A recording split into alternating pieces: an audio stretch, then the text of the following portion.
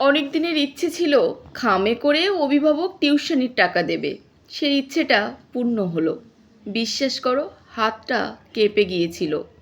Tuition পড়াই কত বছর। মা বাবারা হাতে টাকা গুঁজে দেয়, কেউ ফোন পে করে, কেউ বলে পরের মাসে দেবো স্যার। আমি হাসি মুখে সবটা মেনে নিই, কারণ আমার কাছে ওটা শুধু মাইনে না, ওটা ভরসা।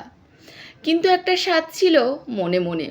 সিনেমায় দেখতাম স্যারদের হাতে খাম ধরিয়ে দেয়, খামের উপরে লেখা থাকে স্যার। মনে হতো, ইস, আমার কপালে কি ওরকম সম্মান আছে? আমি তো স্কুলের মাস্টার না, আমি তো পাড়ার টিউশন মাস্টার। চেটিতে বসে পড়াই। কাল সন্ধ্যায় সেই স্বাদটা পূর্ণ হলো। আরিশের মা এসেছেন, একটা সাদা খাম বের করলেন, খামের উপর লেখা ভূগোল।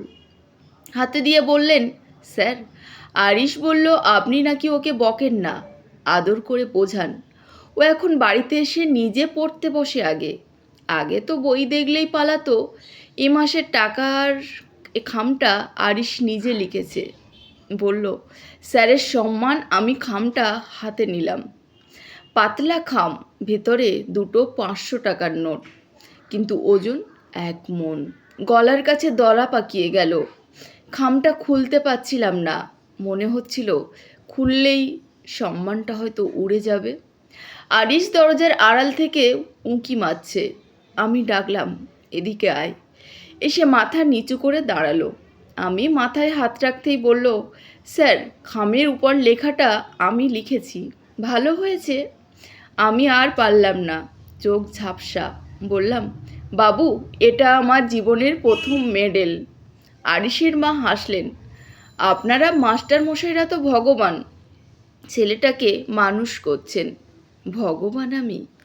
আমি তো শুধু চেয়েছিলাম ওরা ফেল না করুক, ওরা আমি পারি না বলুক, আর বদলে ওরা আমাকে স্যার বানিয়ে দিল, খামে ভরে সম্মান দিয়ে গেল। রাতে খামটা খুলিনি, টেবিলে রেখে দিয়েছি। আমার ট্রফি।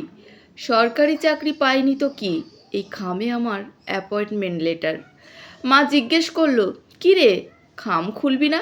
বললাম, না মা, কিছু জিনিস খুলতে নেই, জমিয়ে রাখতে হয়। যেদিন মন খারাপ হবে, যেদিন মনে হবে আমি কিছুই না, সেদিন এই খামটা দেখব আর মনে পড়বে একটা বাচ্চা আমাকে কতটা সম্মান দিয়েছিল। আমার ইচ্ছেটা পূর্ণ হয়েছে। এখন নতুন ইচ্ছে আমার মনে, সব ছাত্র যেন একদিন নিজের পায়ে দাঁড়ায়, মানুষের মতো মানুষ হতে পারে। যেদিন ওরা দাঁড়াবে, সেদিন যেন মনে রাখে একটা চ্যাটাইয়ের মাস্টার ওদের হাতে ধরে হাঁটতে শিখিয়েছিল। ব্যাস, আর কিছুই না। ধন্যবাদ। সবাই ভালো থাকবেন, সুস্থ থাকবেন।